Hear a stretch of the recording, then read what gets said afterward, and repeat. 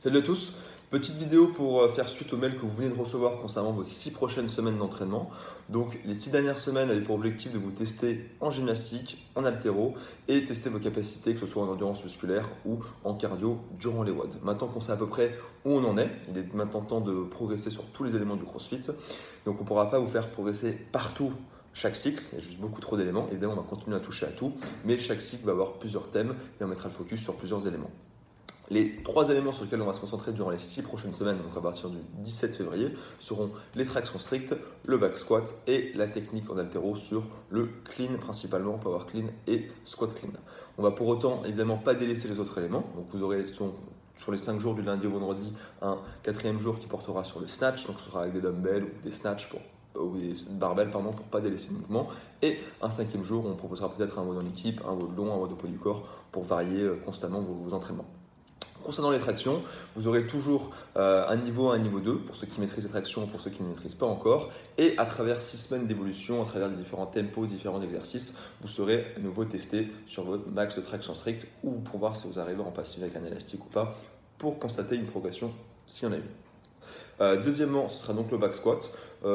Souvent, ce qu'on fait au CrossFit, c'est qu'on va souvent travailler ce qu'on va dire la force, donc entre 1 RM, 3 RM, 5 RM, ou alors on fait plein de squats pendant les WOD. C'est assez rare qu'on fait un travail spécifique sur un travail d'entre-deux. Donc ce qu'on appelle entre-deux, c'est des répétitions de 6 à 12 à des charges assez lourdes.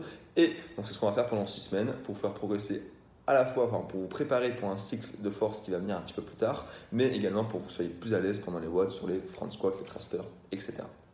Dernièrement, le power clean ou le squat clean. Donc vous le faites souvent à l'échauffement. Ce travail-là, c'est le high hang. Quand vous avez la barre aux hanches, on vous demande de chuter rapidement sans prendre d'élan avec le dos. Du coup, on voit beaucoup d'erreurs. Prenez soit un élan avec le dos, soit vous avez du mal à vraiment chuter et être efficace là-dessus. Et on voit également beaucoup d'entre vous encore se prendre les genoux quand vous faites le clean. Donc on va faire un complexe d'haltéro avec plein de petits mouvements du clean, avec notamment le high hang et le low hang. Si je vous parle un petit peu chinois, c'est pas grave. Venez, vous verrez, vous progresser.